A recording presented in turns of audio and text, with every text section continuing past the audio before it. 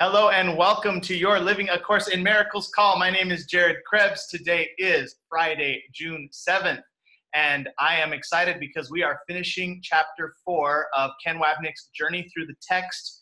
We're going to be discussing the last 20 minutes of today's, of that YouTube video, which is actually found in the description of this video. And we have some of our dedicated team members here who have watched the content and are going to share their highlights. So let's start with everyone. Just introduce yourself, where your name, where you're calling in from, and why you're excited about today's call. Hi, my name is Linda. I'm calling in from Lancaster, California. I have my furry son, Desi, here, and we're glad to be here because I love learning new things every day. Right, Des? Huh? Love it. Thank you, Linda. Learning new things, too. He loves to stretch out everywhere. Hi, Bunny. Aw, cute baby. I am Sue Ann Okerwald Knobloch, and I'm over here in San Antonio, Texas. And I am outside on a patio at a restaurant, so hopefully there's not a lot of extra noise. But love Course in Miracles, been studying since '89. Since 1989. That's awesome. That is awesome. Well, we are honored to have you here, Sue Ann. Course in Miracles veteran. All right. So, well, you know what? Let's talk about the last 20 minutes of chapter 4. I listened to this several times throughout the week. You know, some of the things that really hit me was the parts where he starts talking about basically like the ego's desire to be a body and to identify with a body. And if I identify with a body, then and I think you're a body, I basically, in essence, like totally don't know about the mind. I am totally stuck in like the frame and not the picture. And you know, just it's like it's just all about body identification. That's really what the ego's main strategy is, right? And then cementing that by blaming others for it, and then being in special relationships to meet the body's needs. And it's just but then it's impossible even to know about oneness. It's impossible to even know about oneness from the viewpoint of a body, a separated body. And so like just how ingenious the Course is in that its ability to teach us what maybe through forgiveness is like a reflection of oneness, or a reflection of God, because we can't really understand in this dualistic world like that we think we're in. So really that was probably my biggest highlight from chapter 4. There was a lot more, so I can't wait to hear what other people have to say because it'll jog my memory. But that's what stood out to me the most. So who wants to go next? Oops, I could go next. All right. Before my food comes up over here. And I hope I listened to the exact right spot, but I just kind of picked up from where the last one was, so it had to be. I was really hearing a lot about, watching your mind, watching for when you're thinking with the ego, like you said, all that body stuff too, that as long as we're thinking we're a body and we're not in the mind, then, we can't forgive. He was starting to get into talking about forgiveness, and it was the beginning echoes of that topic and that theme, and that it really comes down to, that we're all one. And if we exclude like even one person, like we're just angry at like even one person, then the whole thing's ruined, and we're not in oneness and peace at all anymore. And so that's kind of like what you have to watch your mind for all the time, is for those thoughts that are taking you away from peace. And I love the part about the learning and the teaching.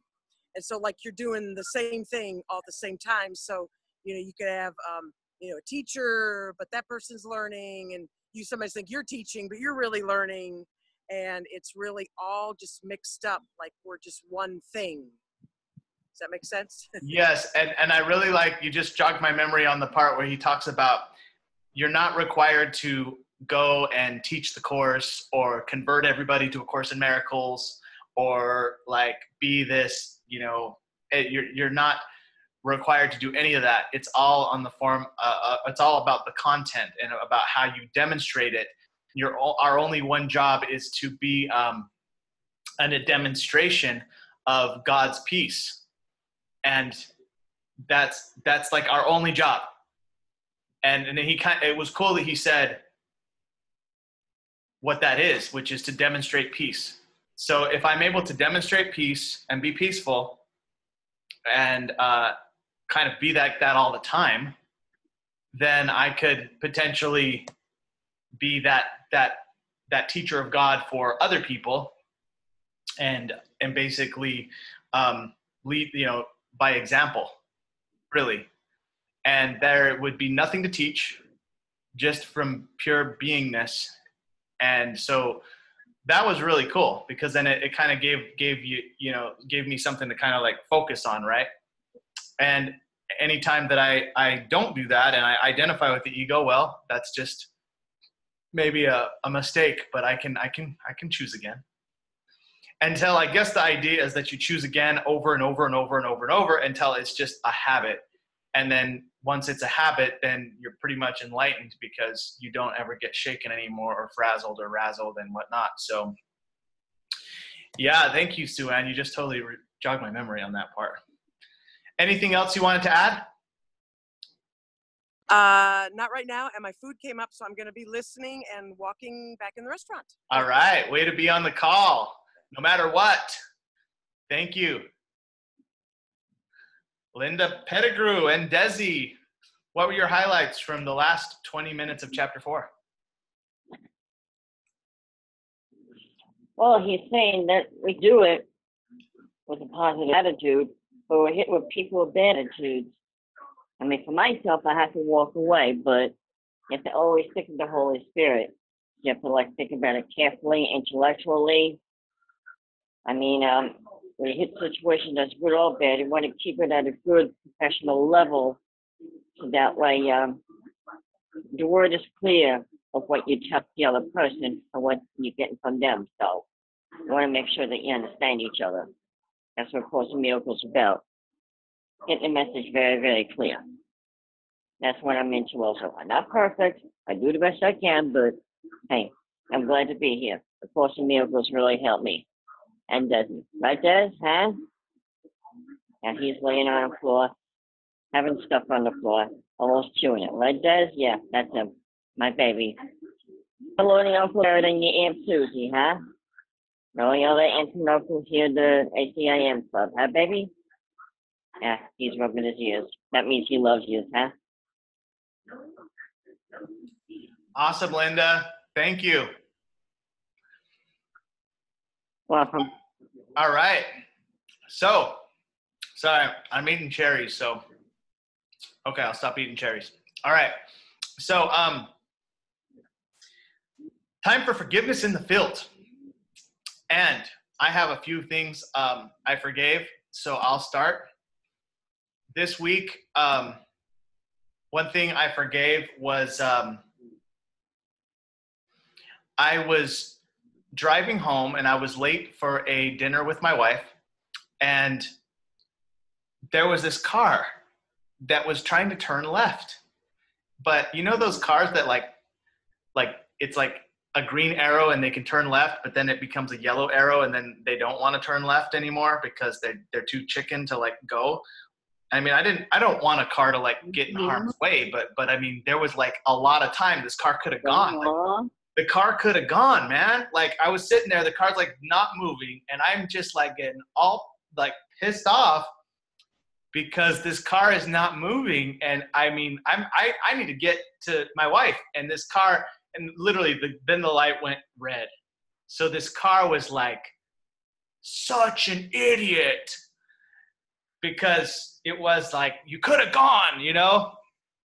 And so like all this rage. Now, I obviously I'm to the point where I don't like, I'm not aggressive, okay? Like I didn't like go cut the person off or I didn't like try and like be like crazy or anything, but like I pretty much caught it pretty quick, and I was like, oh wow, I have a lot of issues about this. I need to forgive this. And so I just like sat behind the car, and then they went red, and then eventually it went green again, and finally the car like turned left, and I turned left, and then I just moved on and went home. And so I forgave it, and I guess the reason I wanted to share it, because it was so like intense. Like I went from 0 to 60, right? Like I went from like, I'm fine, I just need to get home, I'm in a hurry, to like, what's wrong with you? Why aren't you going? Go on. So there you go. That's my forgiveness lesson in the field. And my second one, my last thing I'll share is I went on a walk on Monday night to go talk to my mom because it was her birthday. And I got lost in the park. Now, you think, how can you get lost in the park? Well, the park that I live by is not really like a normal park. It's like a forest. And it's got a bunch of paved trails. So it's kind of safe. I mean, I didn't die, but I got hella lost. I got so lost that I basically ended up walking around the entire, like, maybe 5 or 6 city blocks worth of walking. I walked probably like 7 or 8 miles. I didn't get home for like 2 hours. I was literally lost, and I didn't have my phone. Like, what an idiot. I didn't take my phone with me. So I had to stay calm. I had to, I really didn't get mad. I was more scared, like at certain points, but I finally made it home, and I had to just forgive being exhausted. I had to forgive the whole situation. I moved on pretty quickly, but the moral of the story is don't leave your house without your phone, and don't go walking in the middle of the forest at night without your phone, even if it's a paved park. Of course, none of you would do that, but anyway, that's what I did. So there you have it. Okay, who wants to share their forgiveness lessons? I could go next. Can you hear me pretty good? I'm in the Yes. car. Okay, cool. Yeah, so mine has probably been coming on forgiveness in the field for like the last couple weeks, but I swear it's felt like 2 years. So, a business that I'm involved with that I had thought that I wanted to change and do a different business and leave the whole group that I was with. And I really thought the grass was going to be somehow greener or something. And what I'm forgiving is that it had nothing to do with anything or anything outside of myself. It was, of course, as we know, there's nothing outside of ourselves, but it totally had to do with myself. And, that I had like grew up some more, and I had to realize what I had. And I had to realize that, that I am like one with people, and I'm not just going to go out and do a certain business all just on my own, and that it is a network.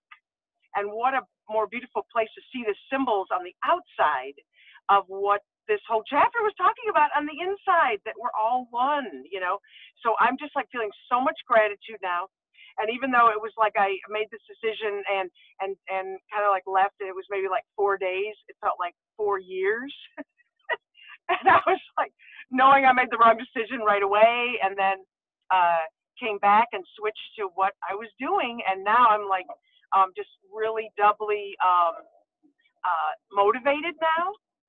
And I think the other cool thing, like I said, it's just the gratitude that I just feel, towards the whole situation and all the people involved and everything. You just can't put a price on that. So that's what I. Oh, that's so exciting.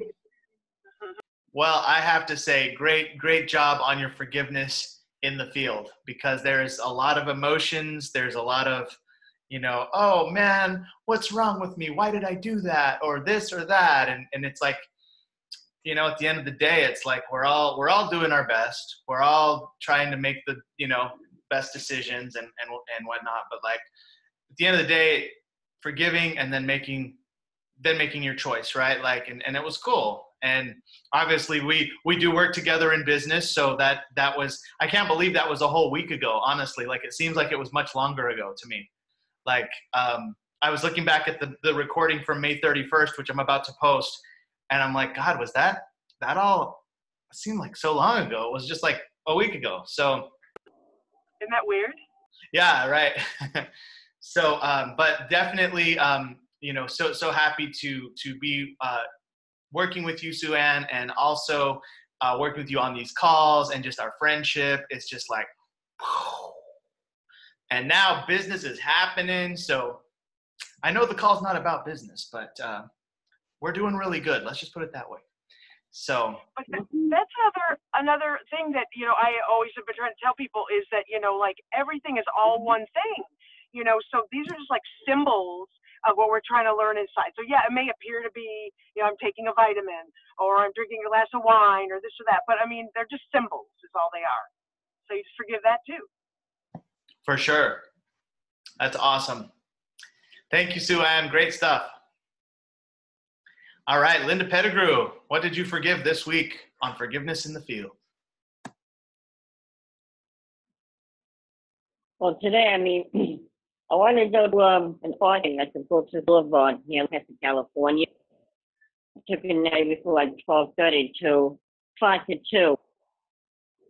So I had lunch about 2 o'clock. So I figured I'm going to forgive myself. I'm not going to go. I'm going to stay home. So while I was making lunch, Mark was just coming home. So I was glad I stayed home. I don't need to go out all the time, but I forgave myself on that.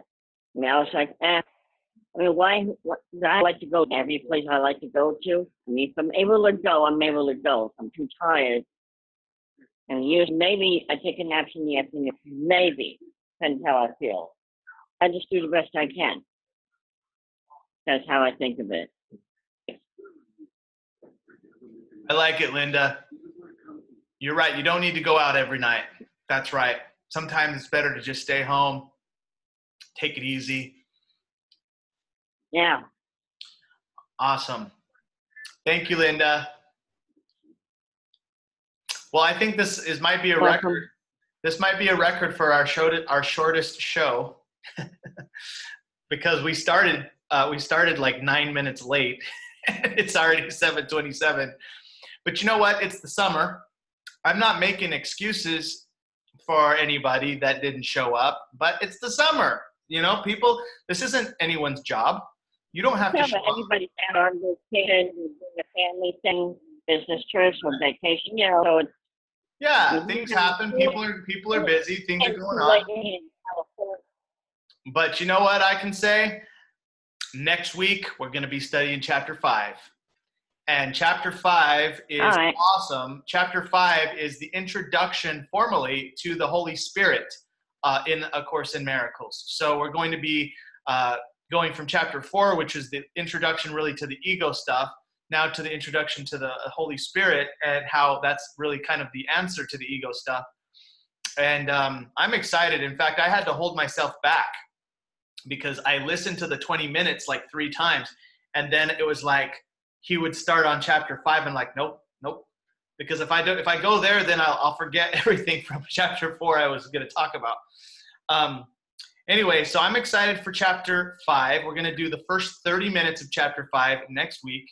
And if you want to be extra credit, if you want to be extra, then you can get the book, this book,